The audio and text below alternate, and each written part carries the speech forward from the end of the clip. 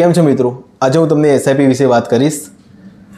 તમે જો કોઈને પૂછશો કે એસઆઈપી મ્યુચ્યુઅલ ફંડમાં ઇન્વેસ્ટમેન્ટ કરાય કે નહીં, તો અમુક લોકો ના પાડતા હોય છે કે ના કરાય, શેર માર્કેટ કહેવાય છે। હવે તેનું એક ઉદાહરણ લઉં। જો મારી પાસે ગાડી નથી, મને ગાડી આવડતી નથી અને તમે મને પૂછો છો ગાડી વિશે, તો મારા રિવ્યૂ નેગેટિવ જ હશે। તો એ જ રીતે એસઆઈપીમાં પણ એવું છે, લોકો ઇન્વેસ્ટમેન્ટ કરતા નથી અને એવા લોકોને પૂછો છો તો એમના રિવ્યૂ નેગેટિવ જ રહેશે તમારા માટે। તો હવે એસઆઈપી કેમ કરવી જોઈએ, શા માટે આપણે એસઆઈપી કરવી જોઈએ, એના અમુક મુદ્દા તમારા સામે રજૂ કરું છું। તમે સ્ક્રીન પર જોઈ શકો છો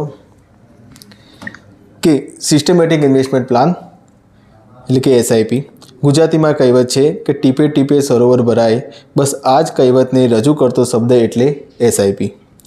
એસઆઈપી શા માટે? તો સમજવામાં ખૂબ સરળ છે।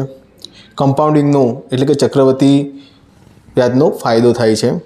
દર મહિને રોકાણ થતું હોવાથી માર્કેટની એવરેજ કરી આપે છે।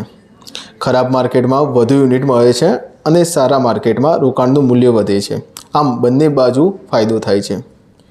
બીજા રોકાણની સરખામણીમાં લાંબા ગાળે વધુ સારું વળતર મેળવી શકાય છે। મહિને 1000 જેવી નાની રકમથી પણ એસઆઈપી કરી શકાય છે। તેમાં 100% તરલતા અને પારદર્શકતા હોય છે।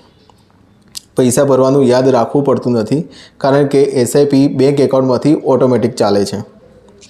આમાં માર્કેટના અનુભવી ફંડ મેનેજરનો લાભ મળે છે। સારી કંપનીઓમાં રોકાણનો લાભ મળે છે। રોકાણ સરકારી સંસ્થા સેબીની દેખરેખ નીચે આવે છે। બાળકોના અભ્યાસ અને લગ્નનું ખર્ચનું આયોજન પણ થઈ શકે છે। રિટાયરમેન્ટ પ્લાનિંગ કરી શકાય છે।